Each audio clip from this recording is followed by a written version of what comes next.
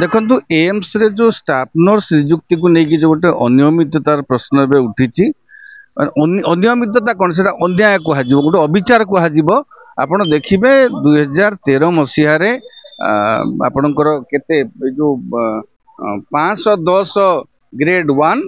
और 1326 ग्रेड 2 पदवी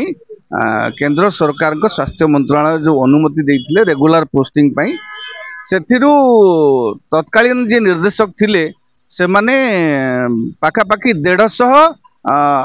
200 पदवी रे नियुक्ति देले रेगुलर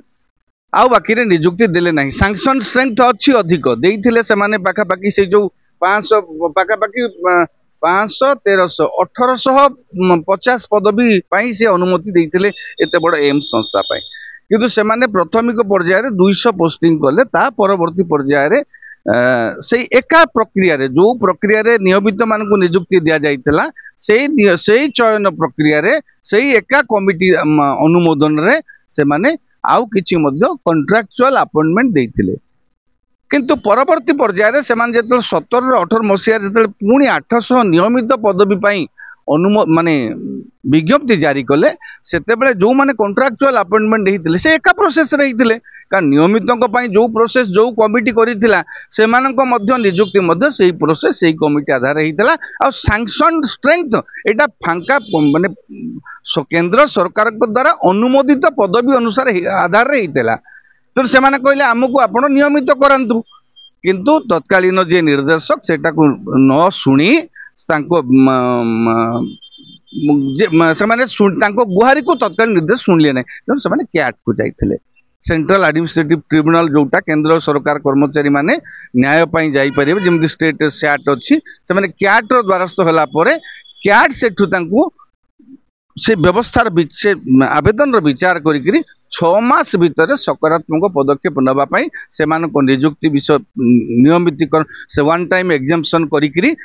से मान को नियुक्ति को गोटे रेगुलराइज करबा सहित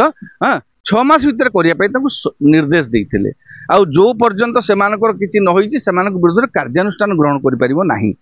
किंतु परवर्ती पर्याय एमानक मध्यरु के जन को सेमाने रिट्रेंच कर देले पदवीरु बहिष्कार कर देले तापर सेमाने कंटेम्प्ट ऑफ कोर्ट रे क्याट को गले कोर्ट मध्य अनुरूप भाव रे जहा कहबा कथा सेही जहा राय देइथिले सेही निर्देश देले कथा होउची को क्याट होउची तुमरो गोटे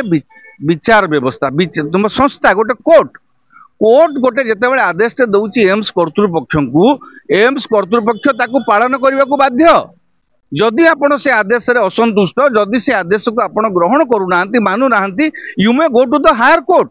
बट समय भितर आपण माने हायर कोर्ट को जाई ना बारंबार विभिन्न प्रकार मंतव्य देकरी बा विभिन्न प्रकार कथा कहिकरी आपण क्याट को भ्रमित करिसंती जो कॉन्ट्रैक्चुअल अपॉइंटमेंट पाइथिबा जो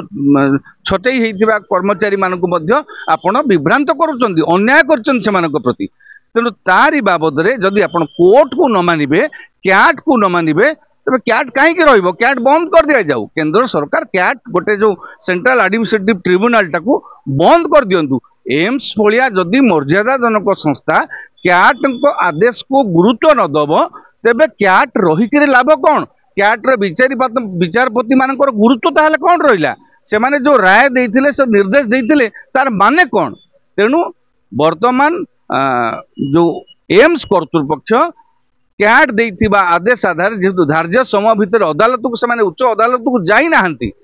केंद्र सरकार को अनुमोदित पदवी एगेंस्ट रे एई जो कर्मचारी मानकर दाबी प्रति सुविचार करिवार आवश्यकता अछि आपण जाई नांती हायर कोर्ट को आपण बारंबार भ्रमित कला भली मंतव्य केवल दउचंती रिपोर्ट माने कोर्ट रे आपणकर दउचंती जे आमे विचार करूछु केते बेले कहउचंती विचार करिवार सुयोग नाही ऑप्शन नाही एभली बारंबार विभ्रांतिकर मंतव्य दउचंती कोर्ट रे तेनु वर्तमान जदि कोर्ट रो आदेश को एम्स मानिबार नाही तेबे ए हमर क्याट भली संस्था तार मर्यादा रहुनी क्याट रो विचारपति मानकर कोनोसी न्यायर बा रायर कोनोसी माने नाही तुण ए परिप्रेक्षी जो क्षतिग्रस्त होइतिबा नर्स मानक प्रति एम्स कर्तृपक्ष क्याट को निर्देश आचार रे आधार रे विचार करबा आवश्यक अछि।